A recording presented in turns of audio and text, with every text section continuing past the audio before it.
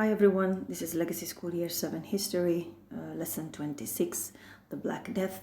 We will be learning about what the Black Death was and what people thought about it at that time. We will learn about its possible origins and symptoms. We will learn about its consequences.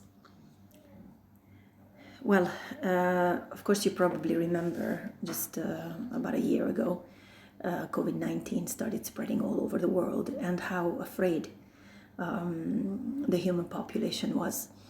We were simply afraid because we didn't know much about this disease, and all of a sudden a lot of people started dying. Well, the Black Death was a similar infectious disease that started spreading in Europe in the mid 14th century. It started spreading from the port towns and wiped out nearly half of Europe's population. Entire villages became empty because of this disease. Doctors today, of course, know everything about this Black Death. They know how it spreads. They know how they can help or treat. But of course, back then people didn't know anything about it. They didn't know what caused it. And just like during this last pandemic, the COVID-19 pandemic, people were afraid because they couldn't understand why and how things turned out this bad. And of course, back then they did not have any solution for the problem. And we just recently discovered a vaccine for COVID-19. So it still frightens people. The fear of unknown is, of course, a big thing. As you can see in the pictures, how in the Middle Ages people represented death. You can see the picture at the bottom. You can see the death standing on the coffin of a person, and this carriage is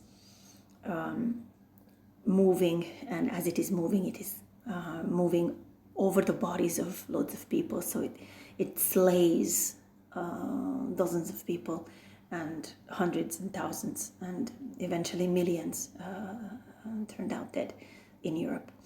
The top picture on the top shows you people were trying to bury the victims of plague. Apparently, huge mass graves were